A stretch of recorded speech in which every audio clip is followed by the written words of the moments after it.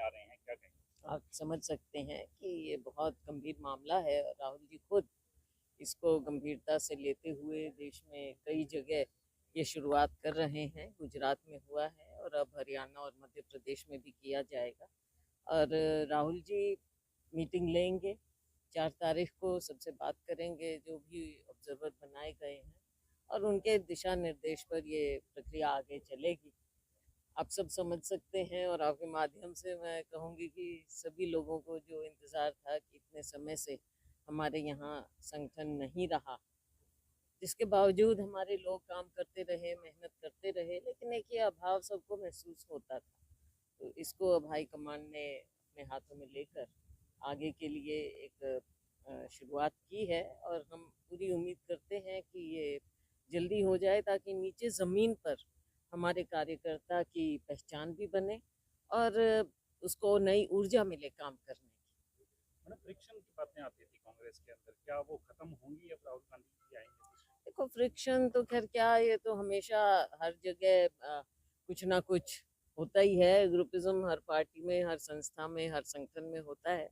लेकिन आखिरकार देखने वाली बात ये है कि जब समय आए और इम्तिहान की घड़ी आए, उस समय कितना तालमेल बनता है, असली बात तो वो होती है। हम पिछले महीने ही मोदी सरकार को 11 साल पूरे हो चुके हैं, क्या कहेंगे, कैसे देखें? ये तो देखिए, जहाँ एक और जनता को गुमराह करने की बात है, उसमें ये माहिर हो गए।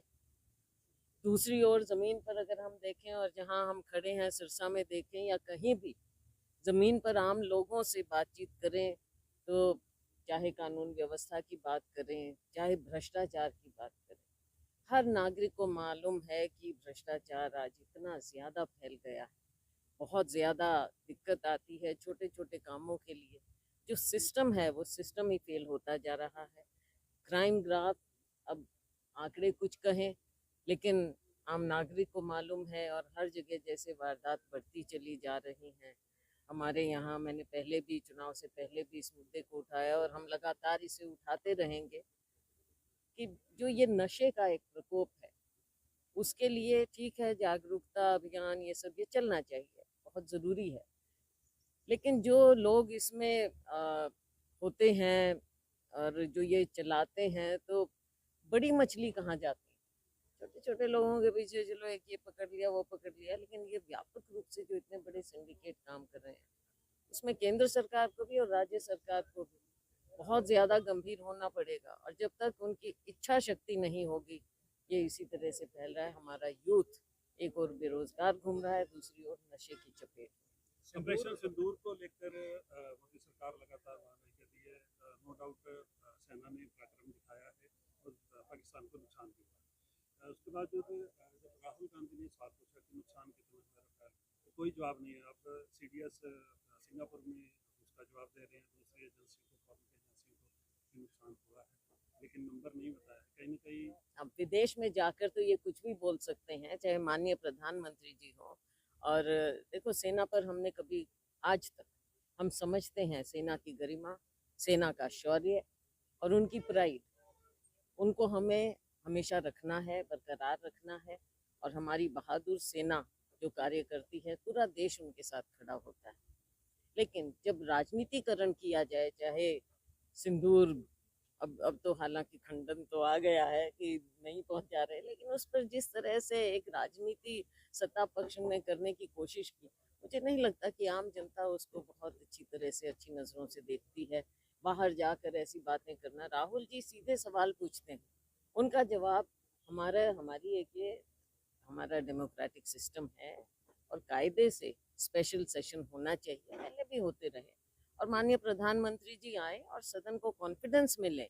ये एक सिस्टम है जिसकी रिस्पेक्ट होनी चाहिए। लेकिन इनका इस सिस्टम में, चाहे पार्लियामेंट हो, चाहे हमारा लोकतंत्र हो, इसमें कोई विश्वास तो है नहीं। बाहर जाकर कुछ भी कहेंगे, माननीय विदेश मंत्री जी कुछ कहेंगे, फिर पीछे हट जाएंगे, और जब सीधे सवाल राहुल जी पूछते हैं तो उसका जवाब यहाँ पर तो ये दे नहीं पाते। ऑपरेशन सिंदूर को इनके राजनीतिकरण करने की कोशिश की गई। बिल्कुल, अब बाद में इस तरह की बात करना, सेना का शौर्य है, जैसा मैंने कहा, उस पर हमें गर्व है।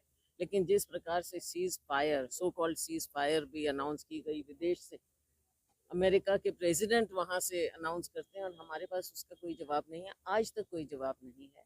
अगर दुनिया के सबसे पावरफुल देश का प्रेसिडेंट एक अनाउंसमेंट करे तो माननीय प्रधानमंत्री जी को तथ्य सामने रखने चाहिए और उसका सही जवाब देना चाहिए, लेकिन आज तक माननीय प्रधानमंत्री जी ने इसके बारे में कुछ नहीं कहा है। एक सिरसा से विधायक गोकुल सेठिया लगातार आवाज उठा रही थी संगठन में उनसे बात नहीं की जाती, बड़े नेताओं से नहीं मिलवाया जाता और अगर वो मुख्यमंत्री की किसी काम को लेकर सराहना करते हैं तो उन्हें बैकफुट पर किया जाता है। उनका साथ नहीं लिया जाता। पार्टी का एक सिस्टम है, संगठन का एक सिस्टम होता है, तो ऐसी कोई बात नहीं, सब इस चीज़ को समय से सब समझ जाते हैं। क्या लगता है अब संगठन की जिस तरह से कांग्रेस में बात है, कांग्रेस हरियाणा में मजबूत संगठन खड़ा करके देखो, कांग्रेस मजबूत है लेकिन संगठन को मजबूत करने की ज़रूरत हमेशा से सालों से ये महसूस की गई। हमने भी इस बात को उठाया, हमारा कार्यकर्ता भी उठा रहा था, मीडिया ने भी हमें हमेशा हमारे से ये सवाल पूछा और मैंने हमेशा आपको फ्रैंकली कहा कि ये है कमी और उस कमी को अब पूरा किया जाएगा तो हमें खुशी। हम एक भारत को, इंडिया को आप बता रहे हैं कि जापान को पीछे छोड़ के चौथे नंबर की इकोनॉमी है। देखो, इकोनॉमी तो बढ़नी है लेकिन हमारा गरीब आदमी जो आज भी आप सब समझ सकते हो, हम सब ग्रामीण अंचल से आते हैं, हमारे गरीब की हालत देखिए ना। बड़ी कंपनियां तो बहुत बड़ी बनती जा रही हैं, 4 ट्रिलियन पहुंचे, 5 ट्रिलियन पहुंचे, उससे बात नहीं। बात यह है कि हमारे गरीब आदमी को, और महात्मा गांधी ने क्या कहा था कि जो सबसे आखिरी छोर पर बैठा है, जो इंसान हमारा नागरिक, उसके आंसू पोंछने की बात होती है। तो क्या उसके आंसू पोंछे गए या केवल उनके हाथ में कटोरा दे दिया गया? सवाल ये।